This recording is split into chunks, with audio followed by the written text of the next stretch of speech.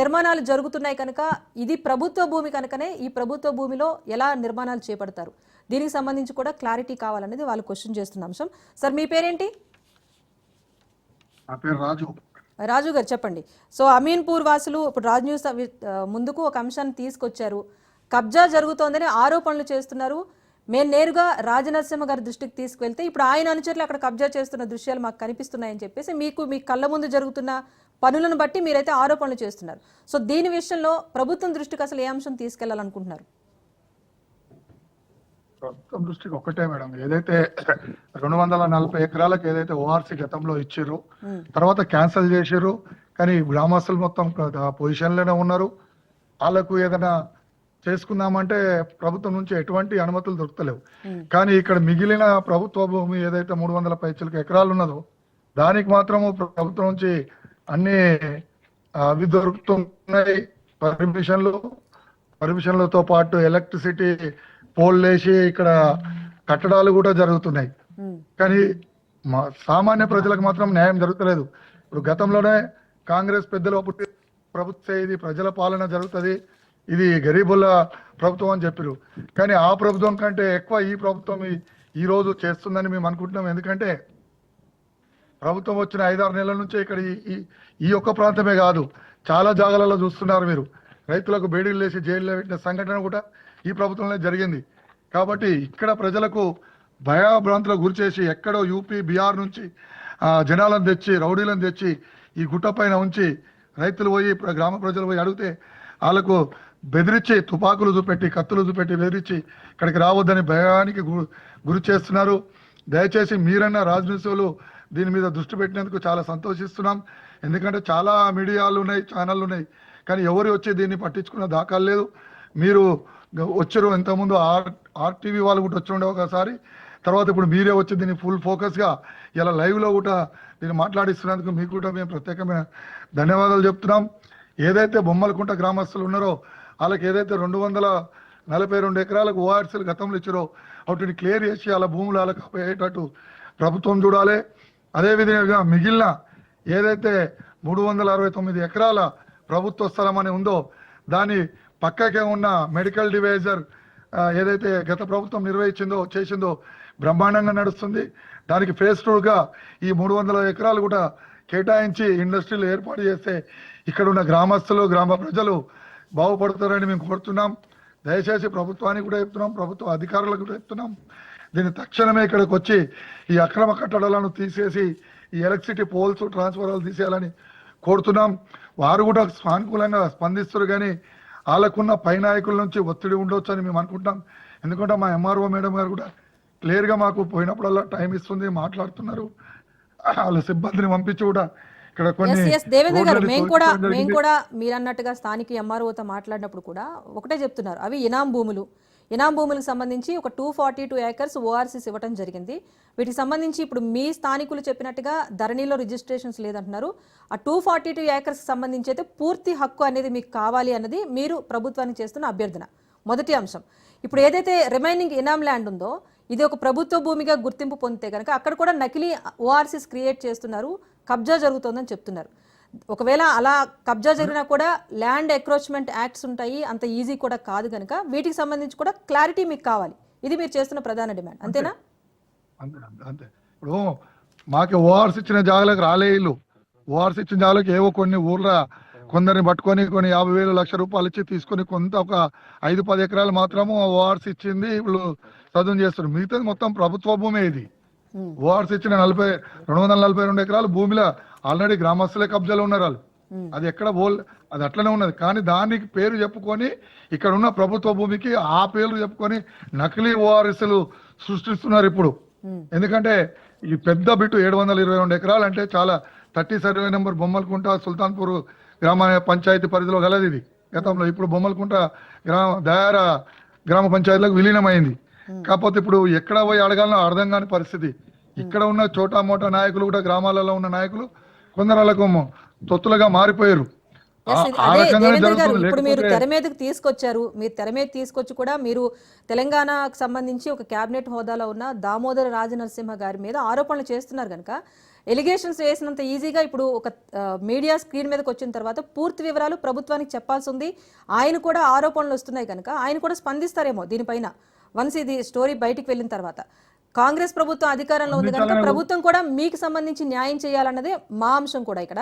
So మొదటిగా మీకు కావాల్సింది మీ ఓఆర్సీస్ ఏవైతే ఉన్నాయో వాటికి సంబంధించి రైట్స్ అనేది మీకు కావాలని చెప్తున్నారు. ఈ పక్కన భూమికి సంబంధించి కూడా గవర్నమెంట్ ఒక క్లారిటీ ఇవ్వాలి. వీటికి సంబంధించి మీరు డిమాండ్ చేస్తున్నారు.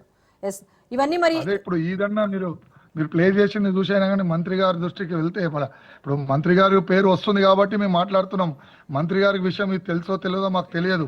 కానీ మా ఎమ్మెల్యే గారికి మనోళ్ళు కొందరు మాట్లాడినప్పుడు ఆయన కూడా సానుకూలంగా స్పందించడం జరిగిందంట.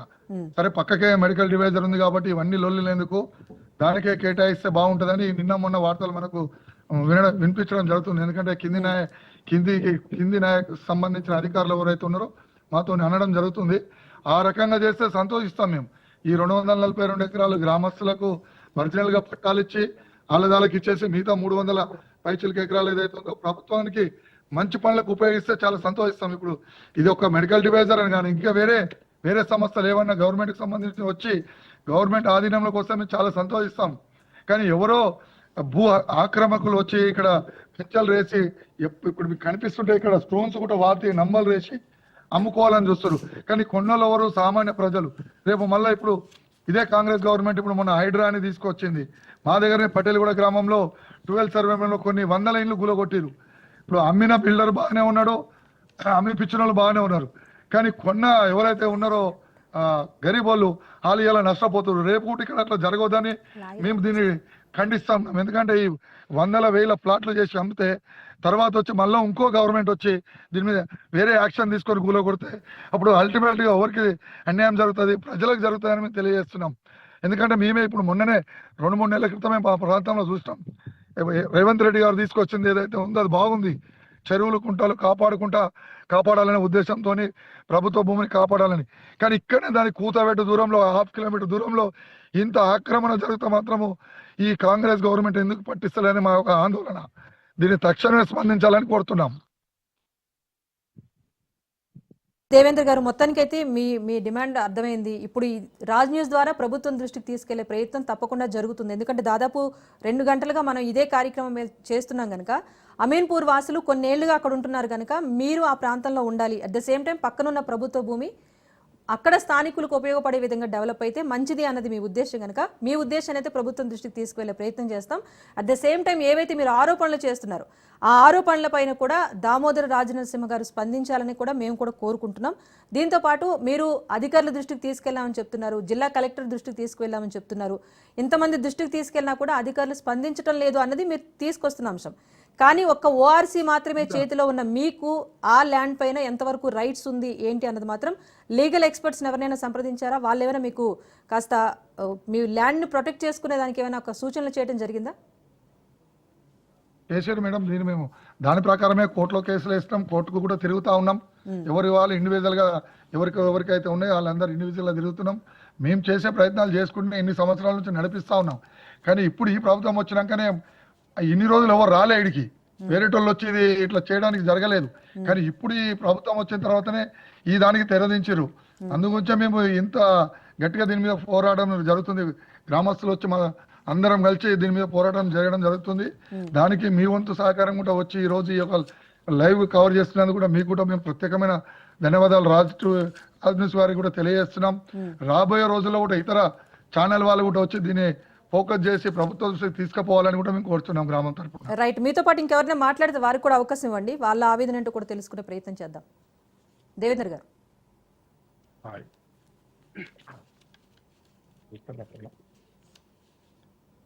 మీ పేరండి? నా పేరు విశాల్ మేడం. విశాల్ గారు చెప్పండి. మేడం మాది ఆల్రెడీ మేము ఇక్కడ మాది మొత్తం అగ్రికల్చర్ ల్యాండ్స్ ఉన్నాయి మేడం. మాది ఓవర్సీస్ ఉన్నాయి, మాకు అన్ని ఉన్నాయి మేడం. కానీ అవి మాకు 1B ఉంది, ధరణిలో ఆల్రెడీ మా ఈ ల్యాండ్స్ గిట ఎక్కినవి ఉన్నాయి మేడం. కానీ అవన్నీ ప్రొవిడెడ్ లిస్ట్ లో పెట్టారు మేడం, అవి క్లియర్ చేస్తలేరు మేడం. మేము ఆల్రెడీ కలెక్టర్ సార్ అంటే అందరి దగ్గర వెళ్ళాం మేడం, ఎంఆర్ఓ ఆఫీస్, ఎంఆర్ఓ దగ్గరికి, కలెక్టర్ దగ్గరికి, ఆర్డీఓ దగ్గరికి, అందరి దగ్గరికి వెళ్ళి గిట్ట మేము చెప్పాం మేడం. కానీ దాని గురించి అయితే ఏం స్పందన లేదు మేడం. రీసెంట్ గా అయితే ఇది ఒక 3, 4, 5, 6 months లోనే మేడం ఇక్కడ మొత్తం ఇది మొత్తం గుట్ట ఉండే మేడం. మేము ఇక్కడ అగ్రికల్చర్ చేసి మా ఒడ్లు అవన్నీ ఇక్కడ ఎండబోసేటోళ్ళం మేడం. రాళ్ళు ఉండే అవన్నీ పీక్పిచ్చేశారు. మొత్తం మీరు వ్యూస్ చూస్తే కూడా మొత్తం గుట్ట టైప్ లోనే ఉంటుంది మేడం. కానీ దానికి ఎలక్ట్రిసిటీ ఇచ్చారు, జనరేటర్స్ ఇక్కడ మళ్ళీ వాళ్ళు రిలీజన్ కి డిస్ట్రిబ్యూట్ చేద్దామని మొత్తం ఒక టైప్ లో ఇక్కడ మస్జిద్ గిట్ట కట్టారు మేడం. ఇంకా వీళ్ళకు పవర్ ఎలక్ట్రిసిటీ గిట్ట ఇచ్చారు మేడం. సో మాది ఒకటే మేడం, మాకు ఉన్న మా లీగల్ గా జెన్యున్ గా ఉన్న మా ఫార్మర్స్ కి మాకు వేరే ఆప్షన్ ఏం లేదు మ్యామ్, ఫార్మింగ్ తప్ప. ఓకే, మరి మీకు ఇప్పుడు ఆక్యుపెన్సీ సర్టిఫికేట్ ఇచ్చారు కదా, అప్పుడు ఏ ప్రభుత్వ హయాంలో ఈ సర్టిఫికేట్స్ ఇవ్వడం జరిగింది? ఆ ప్రభుత్వ పెద్దల నుంచి లేదు మ్యామ్. అది మాకు చాలా అంటే మా తాత ముత్తాత అప్పటి నుంచి ఉంది మేడం. మేబీ అది మా తాత 18 అప్పుడు ఎప్పుడు వచ్చారు మేడం. అది 1947లో 1974లో ఏమో ఇచ్చారు మేడం. అప్పుడు మాకు పాస్బుక్లు, ఓఆర్సీలు అన్ని ఉన్నాయి మేడం. పాత పాస్బుక్లు గిట్ట ఉన్నాయి మేడం.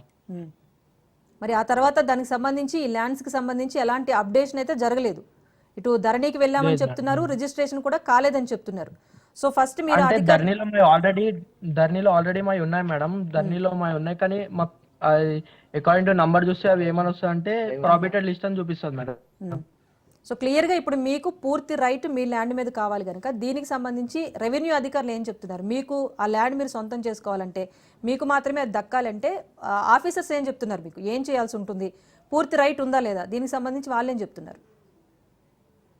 వాళ్ళు రైట్ ఉంది అని చెప్తారు మేడం, కానీ నెక్స్ట్ ప్రొసీజర్ ఏంటంటే మేము వాళ్ళు అప్లై కూడా చేయమని చెప్తారు మేడం. అప్లై చేస్తాం, అప్లై చేసిన తర్వాత అది రిజెక్ట్ చేసేస్తారు మేడం. దానికి అడిగితే అది ఏమంటారు అంటే ఎవరికి అడిగినా మాకు సంబంధం లేదు, అది కలెక్టర్ ఆఫీస్లో రిజెక్ట్ అవుతుంది, కలెక్టర్ సార్ని అడుగుకుంటే అది వేరే వాళ్ళు అంటే ఒక్కోళ్ళు మీద చెప్పుకుంటారు అంతే మేడం. సో మొత్తానికి చట్టాలలో లొసుగుల్ని యథేచ్ఛగా వాడుకొని ఆక్రమణ అయితే జరుగుతోంది. మీకు ఆ ల్యాండ్కి సంబంధించి ఒక క్లారిటీ అయితే గవర్నమెంట్ నుంచి రావాలి. ఇదే ఇప్పుడు రాజ్ న్యూస్ ద్వారా ప్రభుత్వం దృష్టికి తీసుకెళ్లే ప్రయత్నం మేము కూడా చేస్తామండి. థ్యాంక్ యూ సో మచ్ అండి. అందరికీ కూడా మీ ఆవేదన రాజ్ న్యూస్ వేదికగా తెలియజేశారు. ఇది కూడా ప్రభుత్వ పెద్దల దృష్టికి తీసుకువెళ్తాం. ఎవరిని ఏదైతే మీరు అలిగేషన్స్ చేస్తున్నారో అతను దామోదర్ రాజనరసింహ గారు కూడా